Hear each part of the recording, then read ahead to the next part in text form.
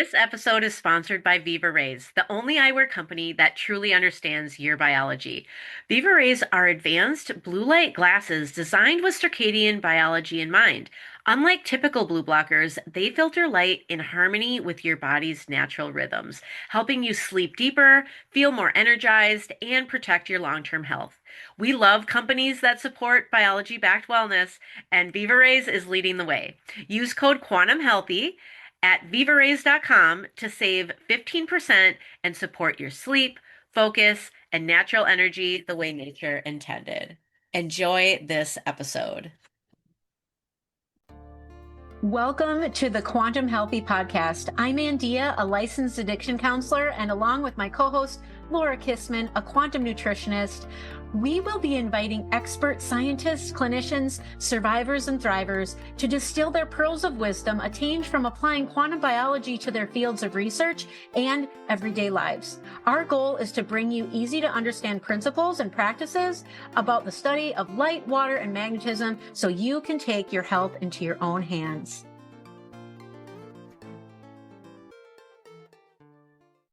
Hello, everyone. Welcome to the Quantum Healthy Podcast. Today we have Randy Lee with us. We're so excited to interview Randy because he is known as the Mito Man, and that name comes from his book, The Mitochondriac Manifesto. And he's an independent researcher, author, citizen scientist. And the books he's written is Gut Brain Secrets, The Mitochondriac Manifesto 1 and 2, and also Blood Secrets Revealed. Randy, you are so knowledgeable. Can you tell the audience who you are, what you do, and what motivates you to put all the information we need about quantum health in such an organized fashion? We're just so grateful for your work. Yeah, well, I do a bunch of things. Hello to both of you. I consider myself an author and a producer. And so I originally got into studying the health space because I know a lot of folks with a lot of friends and so forth with ADD, and I've known a few people with autism. So I studied the work of Dr. Natasha Campbell McBride about the psychological disorders and how the corrupted gut microbiome can cause psychological disorders. And I tend to just follow the most interesting educators in the space. And so one educator led me to another.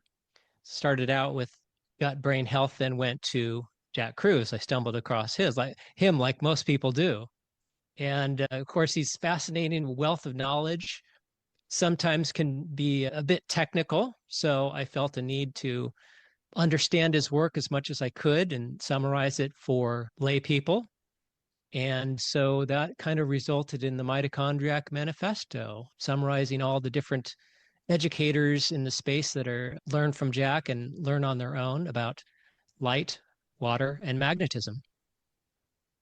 Which we know as the like three pillars, right, of quantum biology, as Jack would say, right?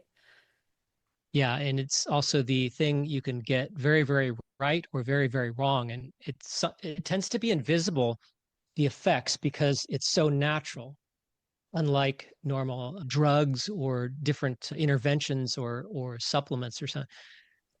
Light, water, and magnetism are the effect is so natural you don't notice its effects.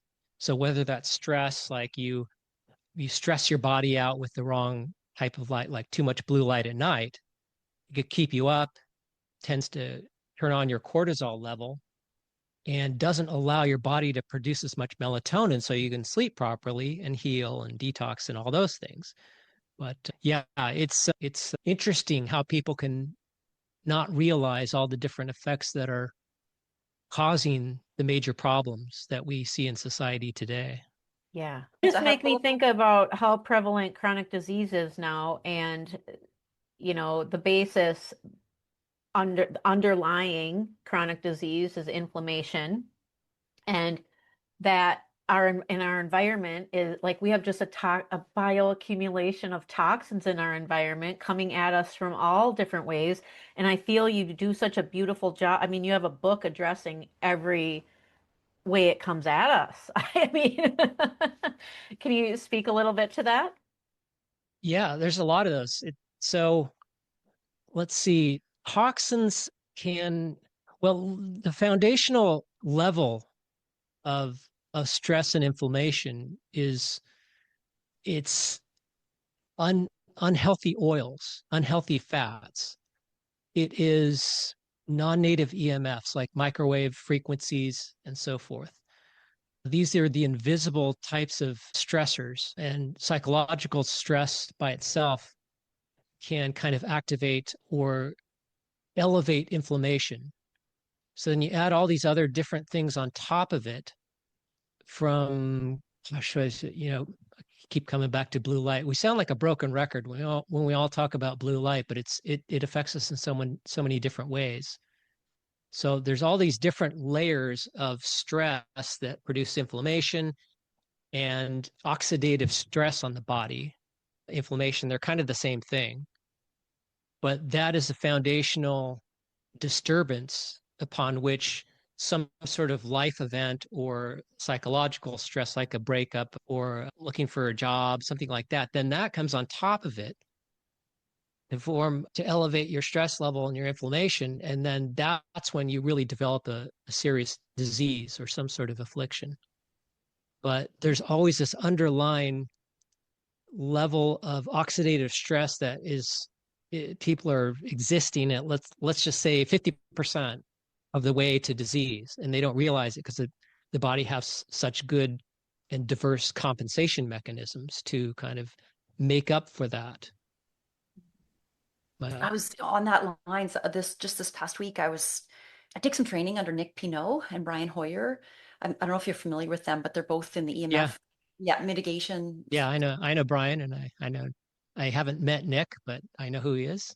Yeah, yeah, and they just this week they were just underlying this, just exactly what you said. Like, people will think that the last thing, like the breakup, for example, and that you highlighted, is the straw that broke the camel's back, but they don't think about the underlying layers of, again, what you said so well, like that's leading to all this oxidative stress. And it could be the EMFs, it could be the blue light, it could be the glyphosate, the chemical that's in Roundup, or non-native. Did I say That's a big one? Yeah, the big one? absolutely. Yeah. Oh my God, we could It's talk for an hour on it's that one. cumulative, and people don't realize that because they only see the last thing that broke the camel's back, so to speak. Yeah. And like, so now you've got several books. I do want to highlight your first book just very quickly for listeners. Andia has the book. I don't have the book yet, so I'm already thinking about getting it. The Gut Brain Secrets. So I really feel like we're actually getting the opportunity to talk to an expert here on the gut, who also knows all this quantum biology around it all. And then you've got Hold on. Okay. That's a There it is. hardcover version. It's a pretty good Oh, version. yes. By the way, Randy, that cover, have you looked at it, Andia? Like, if you actually get a chance to look at the drawing, it's faint, but if you look at it, it's a tree, right? And you have the top of the tree as all the problems, the symptoms, conditions, and then it goes into the roots, and the roots are, to me, all these pieces of oxidative stress. So just exactly what we were talking about, all in one graphic. Yeah, there's a picture inside.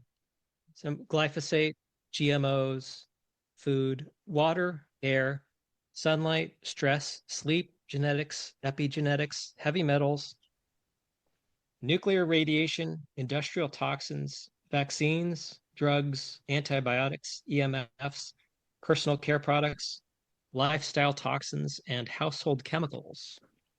Right. Yep, there they Those are. are the things that lead to all these different psychological disorders. And even in the middle is autoimmunity and essential fats and nutrients, redox, inflammation, hormones, and hydration. Okay. Right. Yeah. The things that are, the things that we should be doing, right? We should actually take that cover. That'd be a great poster for Yeah, I can get you some images. clinicians to have on our wall. Be like, okay, just give me a second here while I check. But yeah, and going back to Nick and Brian, they mentioned mold, and people think, okay, the mold, oh my God, this mold in my house. This is the straw that broke the camel's back. But then he pulled out a paper about it's called fungal enzymes contributing with sorry, the link between fungal enzymes and RF radiation. And you, when you start to go further, you find out, okay, mold actually grows better in Wi-Fi. And Yeah. is it the mold? Is it the Wi-Fi? And then of course, once you get to that state, well, you really need to take care of both, right? You've got to mitigate the mold and the Wi-Fi to get better. But anyway, Mold is huge. It's one of the single biggest threats that you can encounter because it's like perpetual, it's continual. It doesn't go away. So right, it's like an assault on your body, and especially when it's growing out of control because of non-native EMFs, like from your smart meter or what have you. But right. I consider there's certain things that are just like foundational root disturbances. So mold, a contaminated root canal, that's one of them. The other one is, what's that disease they think is caused by they're not sure if it's a Lyme. bacteria. Lyme, exactly. Yeah. Yeah. I got bit by a tick yesterday too. Yeah, but Yeah. anyway. Some of those are seriously destructive. Mhm. And so that is like takes you from 0% all the way to 80% really quickly toward disease or, a serious imbalance. Hmm. And so that it requires immediate attention. That could bring us to one of our big questions for you that we talked about just before. We're like, okay, we have to ask him because you have a wonderful section in the book on redox. And we had a guest on really early in our podcast, Jackie Jolie, who had Lyme disease. And she helped me out, Andy, if this is the way you understood it. She told us her story, how she healed and everything she did. And she did a lot of these foundational principles. And she has had but she's very much in the animal world. She works with horses and dogs and cats. And she's been bit, my understanding, she's been bit by ticks since. And she's of the opinion now that if you have a high redox, it doesn't, you may never get to Lyme disease. Could you speak to your understanding of that and tell us in your words, as simply as you can, what does redox mean to having a high or low redox mean to health for your health?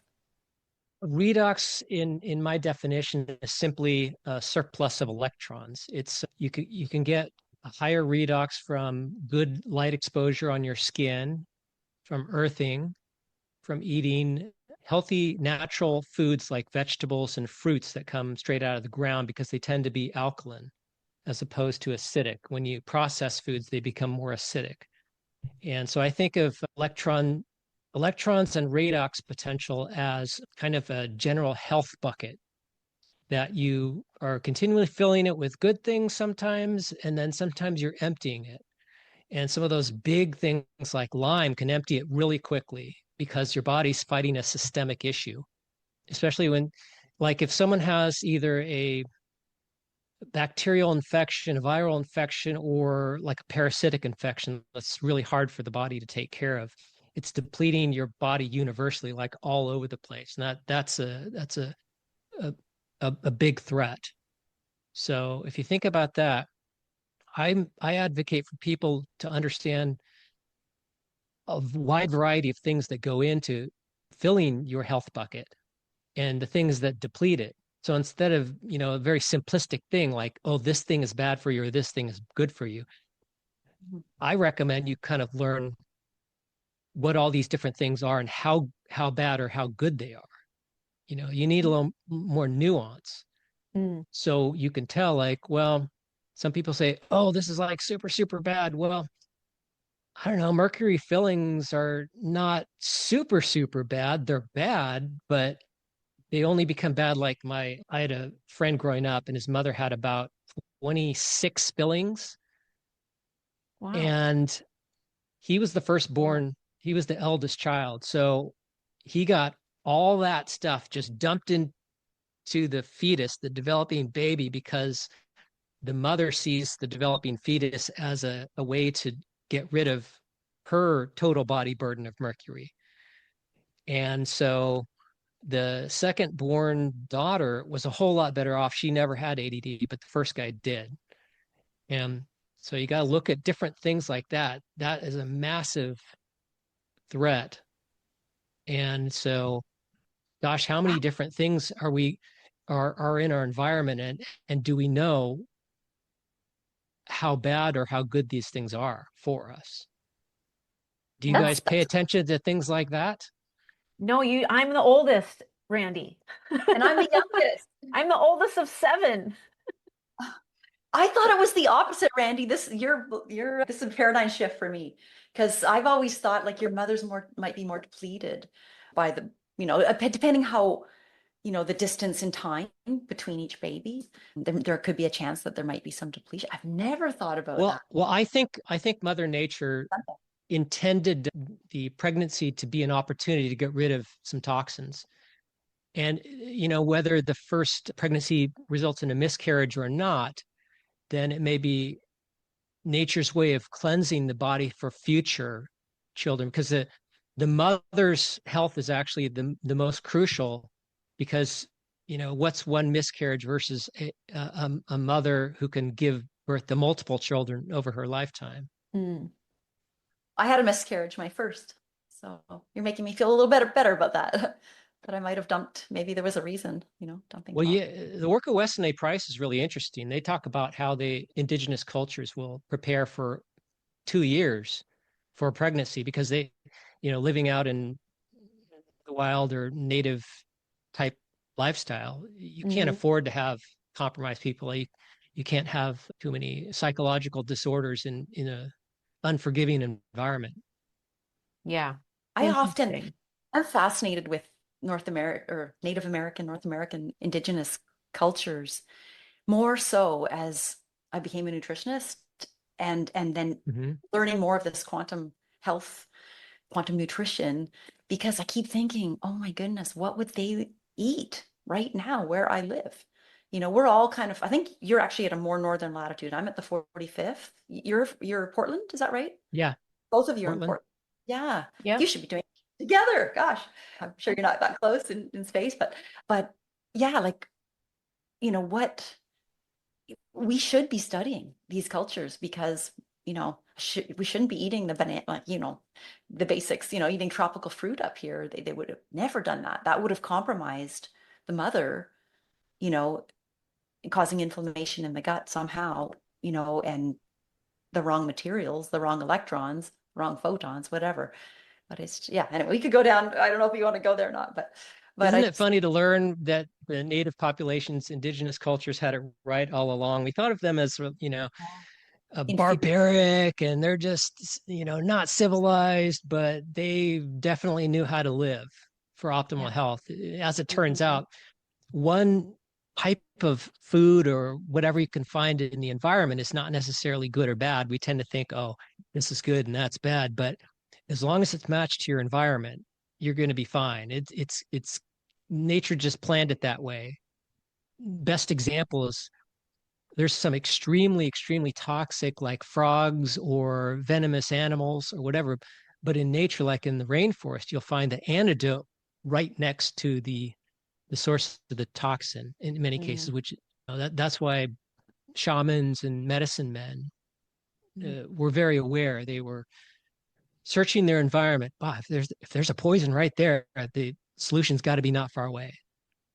Yes. And that's how you can, live in accordance with nature as well, is if you pay attention to light cycles and different things like that, then it's a whole lot easier to figure out what's good for you and what's not. And if it gets too far away, if we're genetically modifying things or glyphosate, that's, terrible, universal disruptor of our proteins. Yeah. Oh, wow. Yeah, that is interesting. The antidote is always right there, because you see people more, getting the allopathic treatments, and, I think about the people who are, I'm going to go see this doctor over in England, or I'm going to go see, like, they're traveling so far to get better, and it just makes me like think about how simple things really are, and the answer is it's right there. Like our As long as you know what caused the problem, you can deconstruct it. yeah. And So like first inside remove my the house, there's the Wi-Fi, the antidote, go outside, just go through the door and go out into the light. The antidote is right there. First, remove the insult so you're not contaminating or doing Yes. further damage, and then you can work on a solution. It's usually a case where you remove the insult and you'll just naturally get better.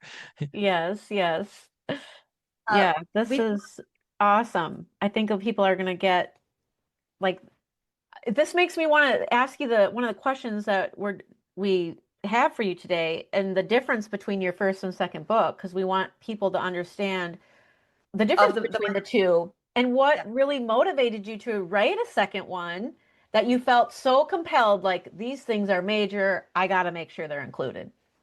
And just Yeah. clarifying, it is Mitochondriac Manifesto we're talking about. Yep, this one. Yeah, just to be clear, the Mitochondriac Manifesto 2 right there is directly in between a second edition and a sequel.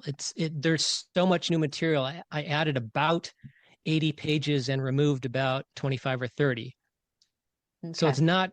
it's not absolutely like a part two, but it's almost a part two because there's so much new material that's really crucial to understandings. I get into Mm. some really crazy stuff about mammalian evolution and POMC Melanin, and melanin and yeah, semiconductor. is there anything that really stuck out for you guys about kind of the new story Jack Kruse has So, talked about? you know what? We're both into the chapter, but both didn't finish it. We have to be, we just said before you came on, we're both quizzing each other. Did you finish that chapter? Because that was quite obviously one of the new additions. That is one of the biggest stories in all of medicine and wellness. The story of mammalian evolution and how POMC and melanin guided the human evolution, mammalian evolution. That's one of the central things that created, oh gosh, our relationship with light and our environment. It constructed it guided the intellectual development and the physical development because POMC it breaks up into so many different things. Yeah. So And to Dr. Jack Kruse's credit, he hammers that. If you follow his blogs, he hammers that week after week, and he puts that same slide, that same graphic of all everything that POMC breaks down into Mm. to make you Yes, get that this. one. It's so That's the foundational. one. Can I see? Hang on. Let me see. Are you showing it? That's, yeah, he's That's it. holding it up. That's Yeah. was that Dr. Wench's slide? No, I would say Dr. uh, Isn't it? I'm not sure, but Or maybe. I'll read a couple of these off. The Yeah. phenylalanine breaks down into tyrosine, breaks down through photosynthesis to precursors, and then T3, T4, flavonoids, dopa, and the dopa breaks down into melanin, dopamine, adrenaline, noradrenaline. So an interesting story about that is when people are in a very high sun environment, like at the equator, you tend to be just really chill. You're satisfied with life. You don't necessarily feel the need to go out and strive and build and succeed and do all these other things. So it's in the northern climates where it's a little bit colder that darkness actually contributes to, I feel, creativity and intellectual pursuits, which is fascinating. Like the darkness actually breaks down some of this stuff you would. So instead of feeling good with serotonin, all this stuff, it breaks down into dopamine, which you need for concentration and a little for creativity. So Jack points out that artists, like let's say musical artists, usually do their best work in a dark studio or some sort of somber or depressed state. And so that breaks down the melanin into dopamine so you can be in a state of mind that's productive. Mm. That's why I think that northern countries that are a little bit higher in elevation tend to be the more artistic with architecture and science development and artistic and all these things. If you look there, it's it's pretty striking.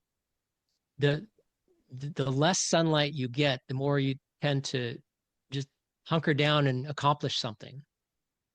Is that And, why and then like, that could night be actually a good point. That could be a substitute. Like we're all trying to get to a feel good state. And if you need some sort of accomplishment, some stimulation to elevate your dopamine level, that will accomplish that instead of a natural state of serotonin euphoria where you're just kind of basking in the sun and you're not, Yeah. you're just chilling at the beach. Yeah, no, Isn't that that makes interesting? yeah, that so? makes sense. And you know what? I'm a knitter, and you make me think about my favorite designers, and they're all in the, you know, they're Denmark, Norway, like they're all those way northern places that have darkness for sometimes the whole day. Yeah, you got your rewards taken care of in the near the equator. Your reward circuits are kind of firing just being, and you're Hmm. satisfied just being. Yeah. Whereas in the northern climates, you got to do something to accomplish something to feel that sense of reward. And it also makes me think about with addiction, where are people more addicted? Is it the northern countries or more close to the equator? I mean, I know there's addiction everywhere, but it makes me like if you're seeking dopamine and you don't have a creative outlet, and for whatever reason you have other circumstances in your life and you're using to find that dopamine hit, And you don't where have the sun, right? You don't have the sunlight to get the yeah, you sort don't of have the sunlight. very interesting idea. That And that the was a and the little POMC graphic is of so important for people with addiction. Oh my goodness, it's so important for the people with addiction to get into the sun to activate that. So important. And then yeah, there's night owls too, right? You just got my brain churning on the fact that it's usually at night when I do my best work. But now since trying to be quantum and get to bed early, I often struggle with where do I fit that creative time in, you know? Hmm. yeah, I'm like that too. I used to think it was, oh, there's less activity going on. You're not interrupted by phone calls. People aren't, demanding your attention. And so it's a quiet environment. But the other factor I just mentioned, it may be as large or more of a factor. It's the brain chemistry is just natural at that time that tends to give you the focus and the creativity. That leads me to a question I had that came up last night when I was reading the book, the new version. You mentioned after you wrote the first edition that you went through a period of insomnia. Can you tell us a bit about that journey and how you used your own teachings to get well? And where are you Yeah, now? Yeah. yeah, I guess it could have been the universe giving me the health crisis to the what is the forget the phrase, but the pain creates the lesson. And so yeah, I had a bit of a health crisis where I couldn't sleep, and it I knew enough about it, so I realized that it was a lack of melatonin. My body was elevating my cortisol level too high and too long, and it wasn't activating the melatonin cycle to get ready for sleep. And it had a lot to do with the too much blue light exposure at night because my computer, I got a new laptop that is super brilliant. The screen is just incredibly bright and blue. And so it's Mm. just like shooting all that blue light photons into your brain and telling, hey, it's the middle of the day. You need a higher stress level to go out and accomplish something. But if you don't turn down that blue light several hours before bedtime, then your body doesn't start producing the melatonin that will get you ready for sleep. And in sleep, you heal and you detox. Like these are some of the detox is one of the later things that happens in the later stages of sleep. And so I could tell all this stuff in retrospect, like my analysis said, okay, my hips are hurting. It doesn't feel like I'm healing very well because I exercise every day. And so I feel if I'm not as energetic when I'm running. And then when my body's supposed to heal, it wasn't doing that. Mm. And also I was getting like, I don't want to say heart palpitations, but just kind of a general sense of stress. Like my heart was, it felt stressed all the time. And I could tell that was from too high cortisol levels. That was stress, inappropriate cycles of stress. And Mm. so you could tell a lot of different things that go on in people's lifestyle and how it affects their health by the exposures that they get. And most people aren't aware of like, oh, if you're living right next to an alien magnetic field or a smart meter or too much blue light, then it's going to cause all these different problems. I think people need to learn about what these problems do to us and the different effects. We tend to be very simplistic in the pharmaceutical paradigm is one cause, one effect. Like that's what they do. That's what they test in clinical trials. Mm. And they want to stay away from multifactorial testing. They want to stick with just one factor. But of course we know it's stress is layer upon layer upon layer. And Yeah. it's cumulative. So yeah, was that kind of the story that you were Yeah, remembered? yeah, it is exactly it. And you know, it's sort of that n. I know it's an n of one, n equals one, but it makes me think like you have so much knowledge, Randy. Like you'd make a great health practitioner, but that's not what you do, is it? Like, do you No. help people? Have you helped people in this journey? No, Directly. I mean, I obviously indirectly yeah, through the books, right?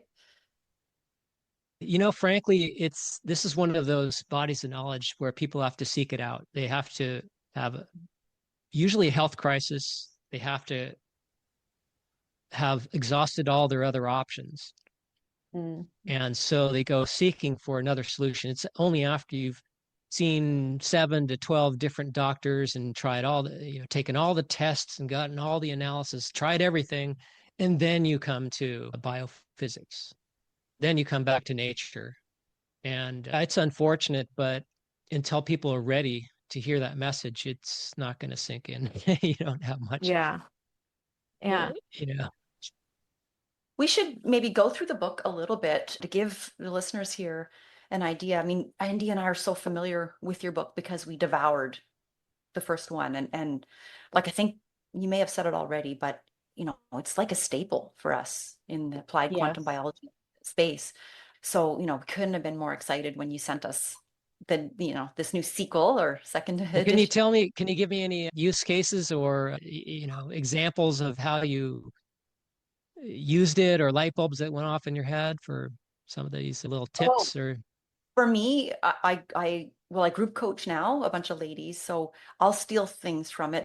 But before that, I spent 2 years from like 20, I'm trying to remember, 2021 or 2022, about a 2 year period where in 1 year I did 5 workshops, of which like quantum nutrition, trying to think of, water, quantum hydration. I did all the main aspects, and then magnetism, like all the 3 pillars, light, water, magnetism. Your magnetism chapter showed me that I didn't really understand magnetism. I thought magnetism was earthing. Just that was it. You just need, that's the only real way to increase your, to optimize your magnetism. And then your chapter had so much more, including something I wanted to ask you about, and then I'll finish I'll hold off the question. Hang on, I'll finish the answer. And Mhm. then yeah, and then I spent the next year. I just was compelled at the beginning of, I forget, it was 2024 maybe. I was compelled to spend the year developing workshops on electromagnetic radiation. So I did this whole workshop series, and the last one was building resiliency, which is really your book in every which way, but applied quantum biology.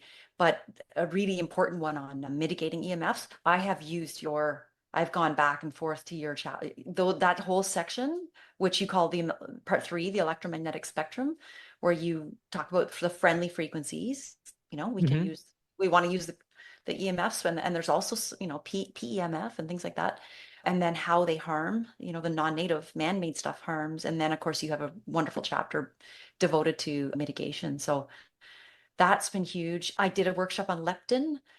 So yeah, yours was a resource, I used amongst many. I could keep going on. DHA, I've looked up your Mhm. section on that. And Dia, do you want to address that? Because you had mentioned the weight gain, weight loss Yeah, earlier when well, we when I got the privilege of meeting you in person, Randy, I remember telling you straight away how grateful I was for your book and the reason that there was nothing highlighted and I had sticker tabs in a lot of the the book. I had a lot of sticker Mhm. tabs, but actually refrained from highlighting the book because I would get an aha moment like every paragraph I would read. It was it was You like started out highlighting, you just quit because it's yeah, all I'm like, highlights. I'm just gonna highlight the whole book, I guess. So I started tabbing things that I wanted to be sure I really understood. One of the things I tabbed in your new book actually was the semiconductor or how semiconductor dysfunction is biochemistry, and where you talk about hypoxia. Like, I was a person who wore contact lenses for many, many, many, many years. And, after, like when you learn some of this stuff, you it shocks you. You make a decision, you change your behavior, and then you're on to the next thing that you need to learn to do, like the next thing. And sometimes I'll forget, like all of the exclamation and the nitty-gritty of the reason why I stopped wearing contacts. But the shock and the awe and everything, it's still there. But like it will take me a long time to be able to, like, I just have to teach it to more people. And I only have a few clients, and I've unlike Laura, I've only done one course. But for the people who have addiction and have just relapsed over and over and over, and I do hope they find me, and I do hope that they understand that the sun is what we need, like, get the belly and the calves in the sun so you can activate some of the things that you need to get your neurotransmitters on track, get your sunrise and your UVA rise, get all of those things in order so your neurotransmitters can get balanced more quickly. There's no doubt in my mind that this would help people's post-acute withdrawal syndrome be alleviated much faster. The blue light toxicity symptoms are the same symptoms as pause. So basically, if you have a person in early recovery staring at their blue light lit phone after, in their really early recovery, like first 30 days not using, I'm talking very, very soon, you are going to just intensify your post-acute withdrawal symptoms because you're getting them at two angles. You're getting them from just quitting using substances, and you're also getting it from your toxic light environment. And yeah, It it, might be helpful at this point to explain where you have a certain baseline of pleasure chemicals that if you, as long as you're at that level or above, you feel satisfied with your life. You feel okay, you feel chill, you don't necessarily need to go seek stimulation. mhm, And that's what we're all naturally conditioned and biologically established to be at that. When you have like attention deficit and other psychological disorders, you tend to be below that continually. That's why you're always seeking stimulation. That's yeah, why you're always seeking chemical substitutes and cigarettes and alcohol and drama and social media, whatever. And so the big story around blue light and social media is that it's constantly hitting that stimulation button. It's bringing you below. And so you can't be feel decent just being there. mhm, And whether it's a baby or an adult, that stimulation level it runs our lives. And the social media companies know this. That's why they, whether it's Facebook or LinkedIn or what have you, we're all scrolling. And with all the products, consumer products, electronic products, what have you, that they're trying to manipulate those reward tracks and the way our bodies react to that.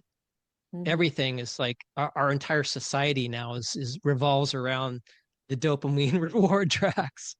Yes, like everyone has some kind of addiction. It might not be one to substances, but it might be to your phone, it might be to shopping, it might be to, some other behavioral addiction like porn or something. But all of these things, like a lot of them have blue light involved with them. So you Mhm. have just the stimulus, but then you also have the blue light. as part of it. And yeah, they know. You're right. They know exactly what they're doing. That's the economic elements of society now revolve around that. Like, but we as consumers don't really understand that too much. Well, we're beginning to wake up, but you don't realize how calculated it is.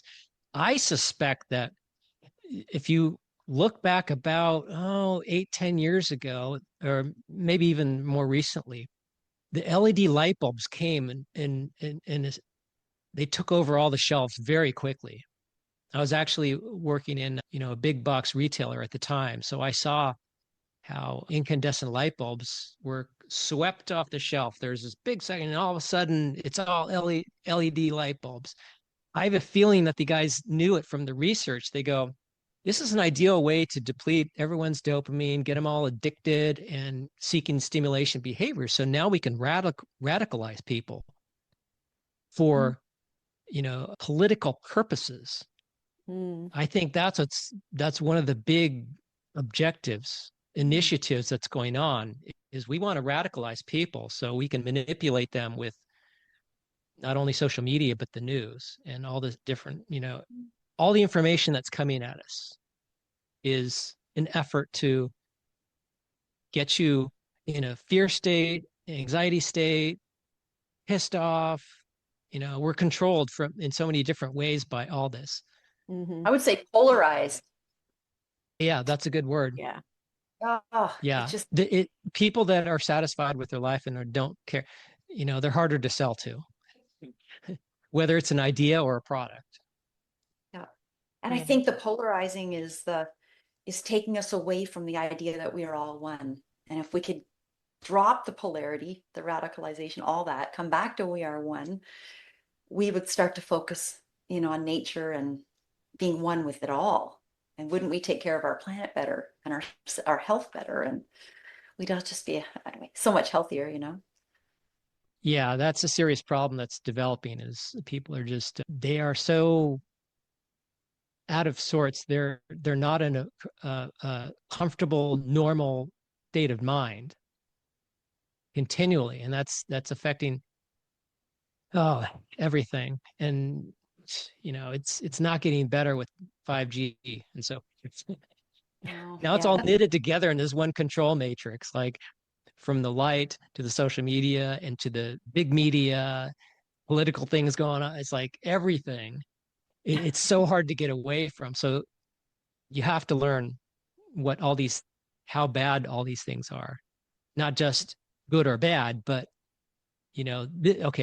here's an indulgence I may be able to tolerate, or at least I'm aware of it, so I can not do too much of it. Those types of nuances. Yeah. And you do cover like a lot of this in the book.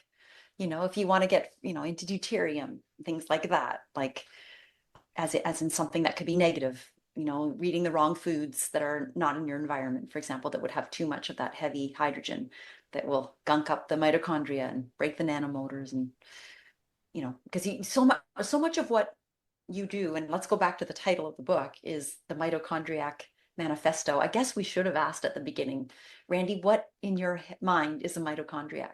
Someone that pays great attention to biophysics and mitochondria. So how light, water, and magnetism primarily affects your mitochondria, but it affects all your cells in different ways. So biology can be enhanced, it could be healed and supported, or it can be your health could be whittled away. You can deplete your health bucket, so to speak. And then you open yourself up so the next big insult will tip you into imbalance and disease. A part of the book, so you have all these sections. The biophysics is part 1, part 2, energy management / mismanagement, part 3, electromagnetic spectrum, which we did talk about a lot. Part 4, the new way to wellness, which we've mentioned a little bit, the melanin, the POMC, and the greatest story Jack ever told. And then you have a section on the real causes of common conditions, which I do want to ask you. So hold that thought. But you have additional material. You have parting words. Everybody that gets this book, please read. It's not long. It's maybe 2 pages, but you kind of hinted a bit at what you just said, which is bringing me to this.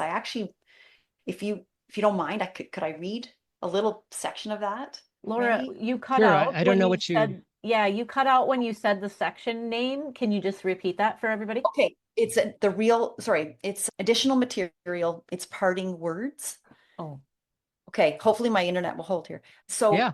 yeah, Randy, what you said hit me and I had to write it out because I thought it was so profound. But some people have the good fortune to be gifted excellent health throughout their life and still don't have to work very hard for it.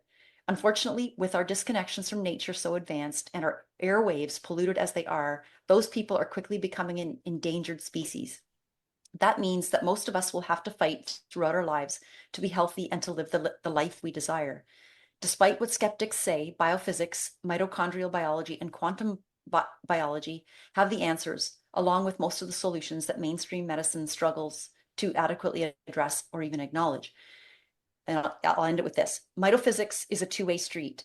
That means when you stop contaminating yourself with electromagnetic frequencies that steal your energy and healing capacity, and you start doing the things that deposit wellness into your health bank account, redox, then your body does what it's designed to do, repair and replenish itself. And then you wrote one more time, you are not broken. It's your environment that's defective. And unless you're down to your last electron of redox potential, you can get better. And to me, that was just, you're fantastic parting words. And you just summarize the hope that if people take the time to learn quantum biology, read the book. It's as simple as starting there. Such a foundation, right? Yeah, I think people are waiting for permission to explore other avenues, and it's only after they get really desperate. So don't get desperate. Nature was here long before we were. So, Oh gosh. mhm. Okay, another question that I had, just burning one. Oh, okay. So that's what I wanted to get to was I mentioned I had a question on the Let me magnetic. ask you guys a question. Oh, sure. What do you think of methylene blue? Have you guys used it, or what have you learned about it? It still seems to be a very, very hotly debated topic, and yes. I felt I described it pretty well that Did. you can't put it in a bucket of good or bad because it does different things in different situations, and it could flip very quickly based upon the not body's needs, or actually a cell's needs specifically. I So don't It's use I it on a regular basis, but I will if I'm preparing for travel. I will use it. I cannot remember where I read that from, but I that was one I remember like that's the reason I ordered it, but I haven't used it like on a regular basis ever. And yeah, I have to learn more about it before I feel like I have to learn more about it before I go using it. I did read that section and I liked how you broke it all down. And then also letting people know like not all methylene blue is created equal. There are different grades of it and you have to be careful. What about mhm. you, Laura? Laura? so I've never used it. I've been wary. I've been really wary about it. I've seen some people get some results with it, but then of course I don't know if you saw the graphics that came out with these blue brains after autopsy, and I went, oh, that's not so great. And then I heard that was debunked. That wasn't really portrayed as that everybody will get a blue brain from using it. But in the end, I go back to what you said, Randy. And maybe I get this from listening to Dr. Jack Kruse so much that there is a place for it. Like when he used it with Rick Rubin in his surgery, and it may, that amongst other things may have saved him through that, surgery. But I think for the healthy person to be using methylene blue might be a mistake. I don't want to. We've got a lot of our bodies are resilient, and I think if your redox is high, do you really need this extra biohack? I don't know if I want to fool with my mitochondria that much just yet. I want to do as much as I can naturally, but it's like you say, it is the foundation of hydroxychloroquine and the drug chloroquine for malaria. I mean, you know there's a reason hospitals have it. Is it for cyanide poisoning? I think all hospitals have it for that emergency. So it's there. I see it for for emergencies. And maybe if you're somebody flying on a plane and getting depleted, that is the emergency. But yeah, no, I've been wary and I haven't ordered it yet. Have you? Have you used it, Randy? I've Yeah. tried little samples of it at a conference where they have little, I don't know what they call The a little topes thing. or tophs or whatever they're called. Troche. Yeah. Tokes. Tokes. Yeah, a trochee. Yeah. Trochee, yeah. Yeah. I've tried those. Couldn't notice any difference, but Mhm. it's definitely incredibly powerful when it's called for. It'll literally save your life because it can keep the electron transport chain going and you Yes. producing minimal amounts of ATP while blood flow is interrupted or in the case of cyanide or stroke or surgery, it can continue producing just a minimal amount, enough to keep your brain alive or your heart alive. Mhm. So for that purpose, it's incredible. Like there's no substitute for it. But And maybe to when have in people, your it could easily be abused is the bottom line if you took it too much or too often in an appropriate circumstance, because what it does is it either can produce ATP, it could by like donating electrons, but it could easily flip once you have consumed its usefulness. It turns rogue on you and it starts to become detrimental. And as good as it can be, sometimes it can be equally bad. And you will Mhm. never know because it could be accumulating in some areas. Like let's say your body processes it and then it starts accumulating in your bladder, and then it can cause burning and irritation in your bladder because it's starting to be elevate oxidative stress.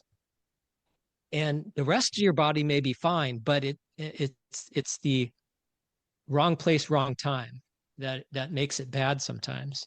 Yeah, I remember reading that part. That's a really good That's really good. point to Thanks for know that it can be overdone. And then, yeah. Yeah, you mentioned also all different colors of urine coming out of you if you're taking too much of it. And I, when I use it for travel, I would dilute it in a cup of water and drink it like the day or the morning of my travel. And I wouldn't bring it with me. I wouldn't take it on the way home. I did it like 2 times and I don't feel anything happening. I'm just hoping it's giving my body a little bit of just insurance, I guess, because I'm going into an airplane. I'm going Sounds into a like a good microwave. use. Yeah, You know? yeah. You receive a lot of harmful radiation on a plane, and so Yes. that's a good use for it. Yeah.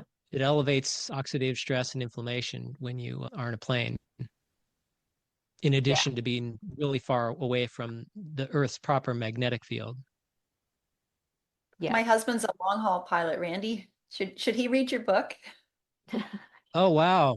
Okay. He's Yeah. a commercial pilot? Commercial. Yeah, he's only done this for the long haul flights for a couple years though. He's a former test pilot, F-18 pilot. So little short bursts in the, flying for an hour in a day, heavy duty, dogfighting and things like that. But Oh, wow. yeah, but now it's this long haul. He's like a tip. Like last week, he went to Italy so he gets maybe that he had 48 hours actually in Naples, for example. Oh, wow. So he's Yeah, all that's circadian rhythm. He does really well. I'm amazed at how resilient he is. So I don't know if he just blessed with high redox, but he doesn't wear blue blockers yet. He doesn't do methylene blue. He eats gluten. He eats sugar. He moderation. He's pretty good with the whole, keeping things in moderation. Yeah. yeah, that's a really challenging environment to be in. So, do the normal things. I would tell him to make sure he earths himself when he touches down, hydrates, sees the sun rise and set if possible. Yeah. He's Um, good at that. He's outside. He's a big walker. So he'll walk like 15K on his days off when he's in a different place. Yeah. But I don't know if he's mhm, earthing so much, but yeah, interesting. Okay, getting mhm, back to a question that I really have for you. It was in both books. So I was like, okay, mhm. this isn't a typo. because I actually thought it was a typo in the first book. When you talked about cataracts at one point, it was page 332. You mentioned that they're a defense mechanism, which I knew, but you said from too much red light, and I thought you were going to write blue light and everybody thinks it's UV light. So I just wondered, do you have a resource for that? Is that where did you come to that? Because then it makes me question, okay, how do we, was it red light after dark? Is it just too much red light? How can we mitigate that to prevent cataracts? Well, I think what's happening is it's, you can overdose on good things too. And red light in imbalance, like if you get pure red light, that's kind of what it means. Pure red light, Whenever okay. you put any sort of covering over your eye, you're affecting the normal spectrum. You're not getting the normal balance. The thing about the eye and the optical tract is one type of light, like blue, will cause damage, and another type of light will come in and repair or stimulate repair mechanisms. And so if you get too much of one, not enough of another, then that can cause either direct damage or you don't get the signal to activate the proper hormones and the proper healing mechanisms to stimulate the repair. And so, I got that from Jack Kruse, actually, the red light. You can overdose on red light. Yeah. If you were to, I don't know, I think if you were to stare at even a fire too long, like a campfire or whatever, I think if you were to stare too long, too many days in a row, that could be detrimental too. Interesting. Okay. Because I mean, of course, red light therapy is really big right now, and people have heard the opposite where, well, not the opposite, but the healing, right? Like some people have had their AMD, like it was like Jack talked about I think it was his father-in-law at one point where, he'd advised him to do some red light therapy for a break when he fell from the roof, and then he didn't pay it. The father-in-law didn't pay attention to the instructions, and then the next thing a month or 2 months later, his macular degeneration has healed, right? So, there are people that are maybe being a little more free with their red light units and not wearing the protective glasses, but you're making me think, oh, we really need to be. Well, I am a big fan of red light. Yeah, it has Right. incredible healing properties. What I would say is sometimes when you get a super high intensity, that might be an issue, or if you get it too much. Just even red light, you can get out of balance, out of proportion with the natural spectrum. Okay. So, And do you think, like, you didn't say it there, but is it just that do you still see UV light being an issue or blue light being an issue with cataracts? I'm just at that age. I just got my eyes tested. No cataracts. I was like so happy. But I have friends my age, all getting and their eyes done. And I'm wondering, what have they done? What have they done different to get those cataracts? the way I think of it is the more blue light exposure, the more corrupted artificial light you get, you're being pulled in one direction. And when you get exposure to UV light or red light, you're kind of going back in the other direction toward healing or, a more homeostatic balance. So I think it's important to get natural exposure. So, glasses, contacts, glass, they all tend to modify the natural spectrum. Mm-hmm. And so you really have to go out of your way to get natural sun spectrum in your eyes and on your skin.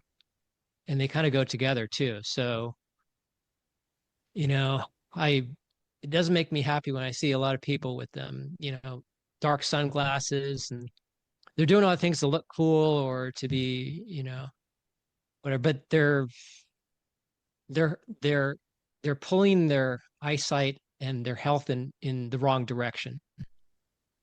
Mm-hmm. Yeah. Okay. I gave Yeah. away all my sunglasses. I had some nice ones too. I gave them It's away. too I'm bad. not going to wear them. I have no use for them. Now that I know what I know, I don't want them. So For yeah. me, downhill skiing at altitude, I still see that need. Or like, I would wear them. Yeah. If you're getting twice as much, when you're on the water or on the snow, yeah. you're getting Right. effectively, let's just say 60% of your normal exposure. In that case, it's unnatural, or at least it's a stressor. It's a lot more stress than your eyes are made to take for long periods of time. And also, if you're in a car and you're driving, let's say you're driving west and the sun is setting and the sun is directly in your eyes. I think there's a case for it. You're using the visor, but if it's now a safety issue, you really do need to see a little bit better at that glare.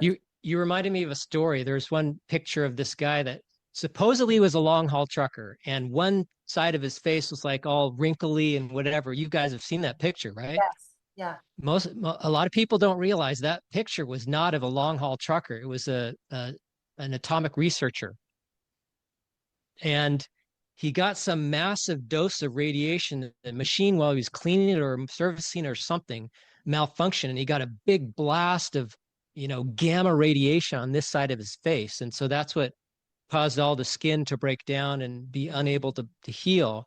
So they were posing it like, this is the side that was all wrinkly. That was the side that against the window that got the most sun exposure, but it was the exact opposite, where, well, the whole story was all, messed up. Well, and the claim is that it was the UVA, right? Because the windows would block the UVB and let some of the UVA in, so they were blaming the UVA light. Is when I saw they were blaming the UV, and some people reverse the story and go, no, the side with the UV actually healed, but even that story wasn't correct either. He was an atomic. He got a big dose of gamma radiation or whatever it was. He was a Soviet researcher, if I'm not mistaken. Oh, interesting. Interesting. Yeah. Well, Goodness. we're getting near time. Now, Laura, do you have I know you had questions about certain conditions. Was there any other ones that were burning for you? Nothing burning. I want to highlight, though, that section of the book, which is in the new way to wellness. Gosh, I don't know, maybe let's say there's 12, 15 different ones. Like, you call it the real causes of common conditions, and those alone, like I go to those when I've had cancer clients, because you've got a section on cancer, sleep apnea. I was going to ask you about thin hair, but just because I've suffered from thin hair. You talk about cataracts, bad skin. So I don't know if there's time or not, but they're not very long, but they're condensed, and they just give you this completely different perspective to look at from what conventional medicine would tell us what causes thin hair, for example. We could talk about the biggest story in there is probably the cancer one. We could. Yeah. Yeah. Do you want to just highlight a little bit what you think? Yeah. Yeah. I'll grab So the thing that mainstream medicine doesn't realize is that sun exposure, or UV light in particular, can keep cancerous cells from spreading, because let's see, how does that go? When they get UV light exposure, they're happy where they are, but when they don't get UV, that's when they go mobile, and that's how they spread. That's how it becomes a tumor and malignant. Yeah. And I think almost no one in mainstream medicine realizes that's really cutting edge material, kind of Dr. Cruz brings up. So that fact alone is like one of the most powerful statements in all of medicine. If you can get UV light, then cancer has no reason to go anywhere. It's in its natural state when it's getting UV light.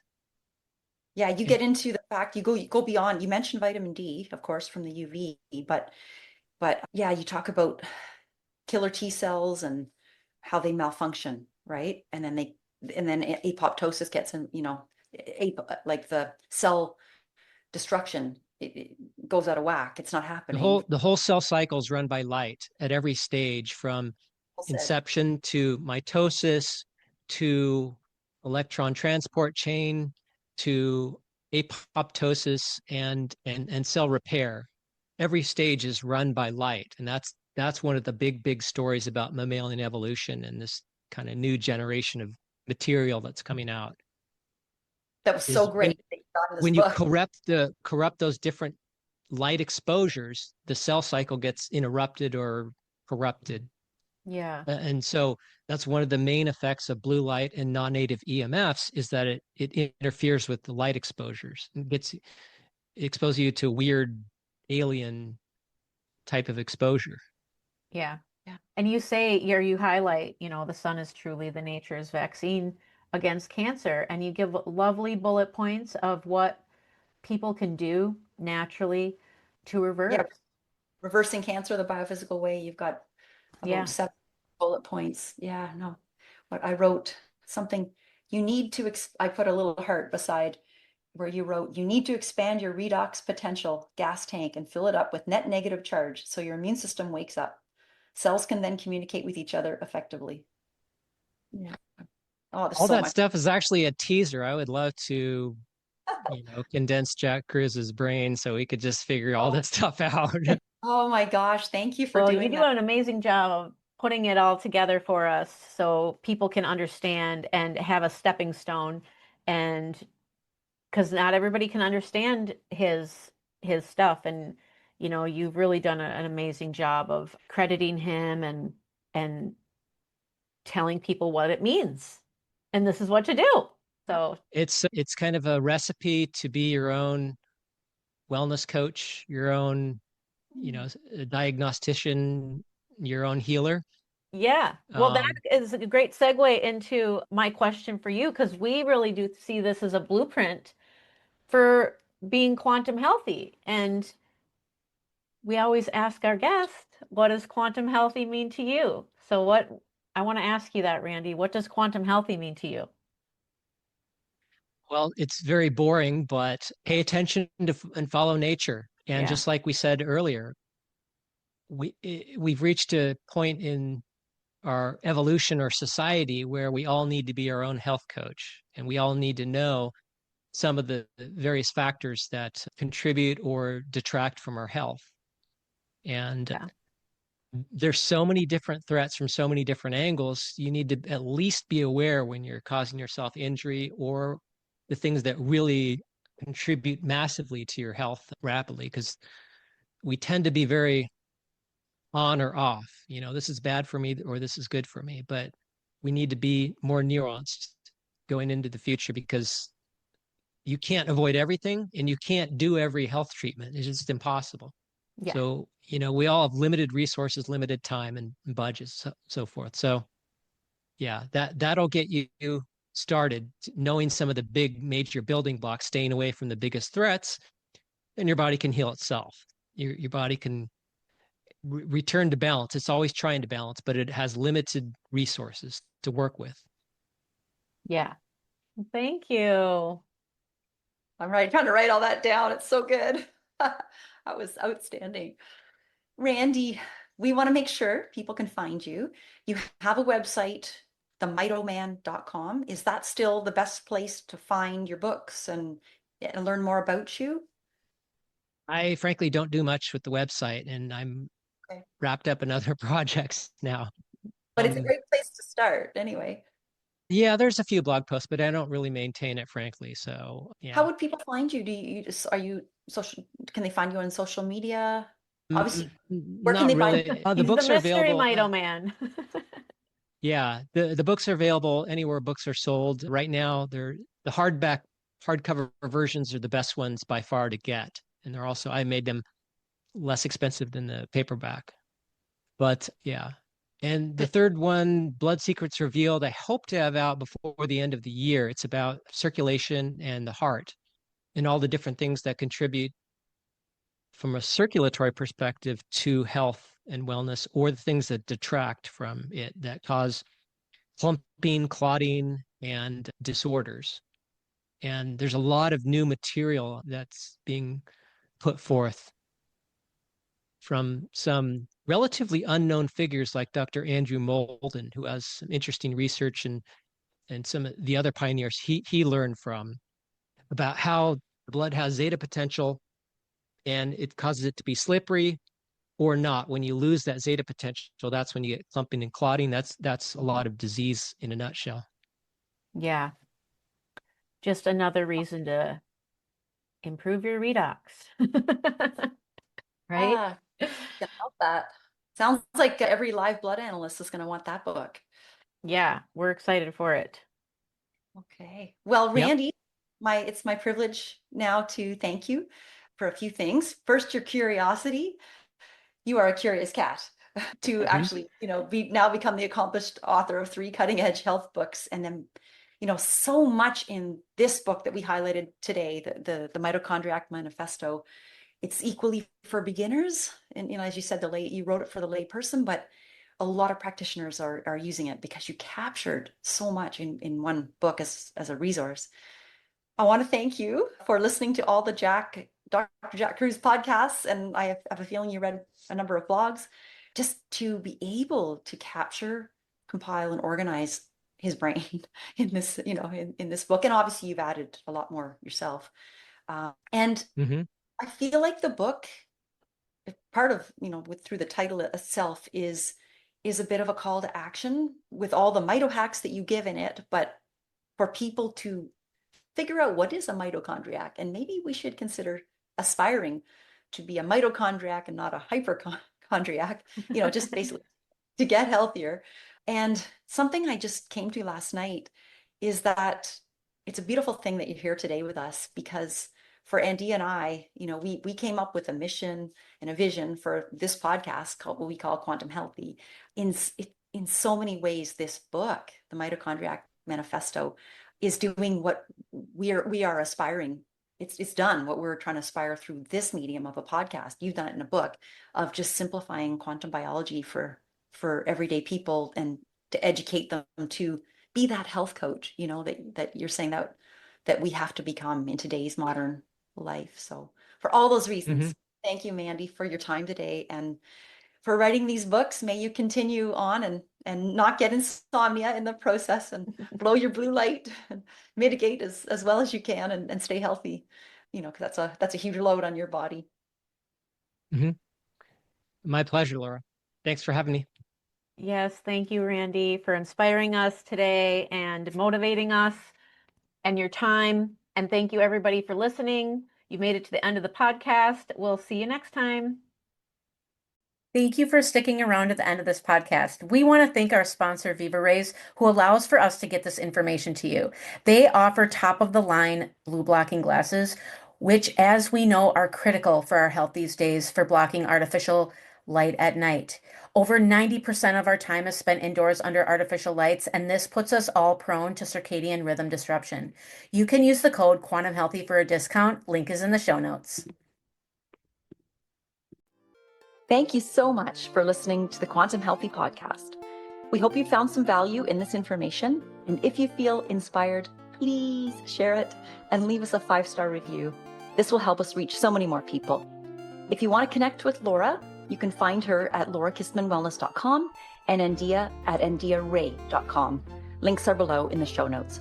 Now, go find some sunlight and embrace your own quantum healthy.